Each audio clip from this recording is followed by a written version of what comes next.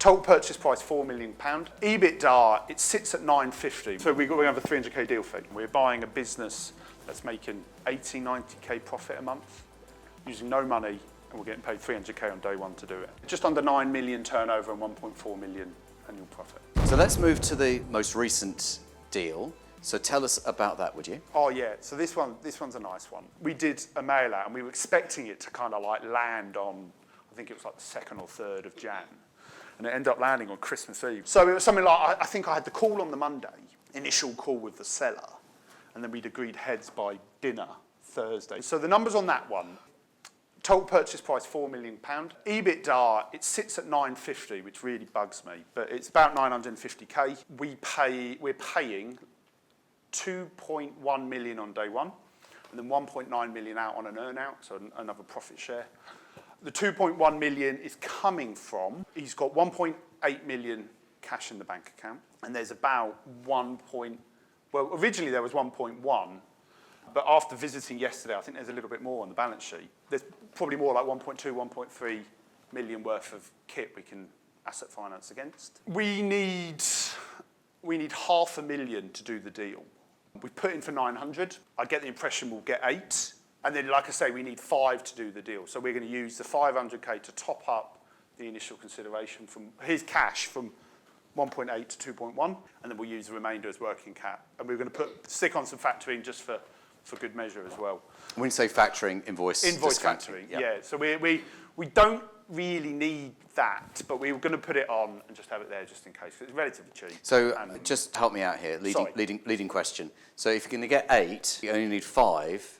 You've got £300,000. What on earth would you do with £300,000? Well, this is it. Yeah, so we have a 300k deal fee, which is quite nice. I had to have a couple of conversations with Martin, because I've never really, like, it's a hell of a lot of money, and I've never had that much money in my hand in one go. And I remember saying to Martin, I said, well, we can do this, and the company can afford it, and this and that, and blah. And it's still well under the threshold that, you don't want to over leverage, you don't want to borrow too much in terms of risk mitigation and stuff like that. And I said to Martin, what would you do? And he said, I'll take it all. So, it's good advice. I like that. Yeah, so what we're actually going to do, loosely, I spoke to Harry yesterday, but he's off to Cancun. So I spoke to Harry yesterday, and we're going to take half on day one, so 150k to share, and then we'll take the second half 90 days after purchase. It's in a separate company, so it's kind of not going to get sucked into cash flow, but we're going to take it 90 days after, just if everything kind of goes smooth. So let me just explain the deal fee concept. Sure, yeah. So the deal fee concept is where you overfinance a deal. So you've got some spare cash, as we've got in this example here, or there's some cash in the business that is surplus to working capital requirements that you can take out, or there's something in the business that you can sell. Maybe it's a manufacturing facility and there's all these machines here have been replaced, but they've never sold the old ones, and you can sell the old ones and turn those into cash. Now, one thing that you need to be cautious of, just one thing to be wary of, if the money that you're taking out is effectively borrowed money, you've financed the assets, there's 300,000 surplus. If anything went wrong with that business in the future, the chances are extremely high that the administrator would want you to put that £300,000 back in. And the chances are also extremely high that you won't have it to put back in because you spent it on buying the new house or the holiday home or whatever it might be. So you just be cautious of that. You need to make sure, as you have already, that the business has sufficient cash flow to make the payments. If you make the payments, it's absolutely fine. No problem ever on that. If you want to find out how to buy a business successfully, get your free business buying toolkit. The link is in the video description below. Yeah, so in essence, when we crux it all down, we're buying a business that's making 80, 90k profit a month, using no money, and we're getting paid 300k on day one to do it, which is... And if you put the two businesses together, add the numbers up for me. Just under 9 million turnover and 1.4 million annual profit. And what's nice about this is, so in our sector, a company with $1 million EBITDA is probably going to sell, if it's a good company, good quality contracts, et cetera, might sell for 6 as a standalone sort of thing. The other one that we bought last year, it's a bit smaller, so loosely it's probably 4 or 5.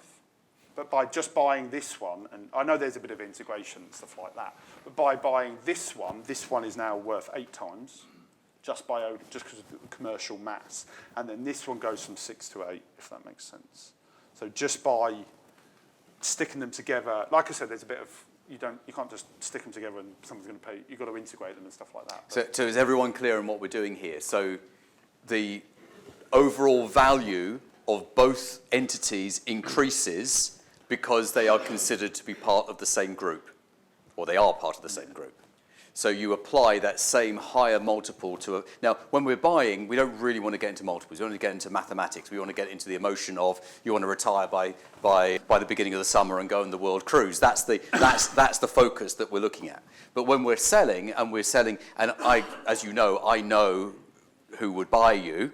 Because you're going to organise a lunch. I know the two owners of the private equity fund that own one of your competitors. Yeah.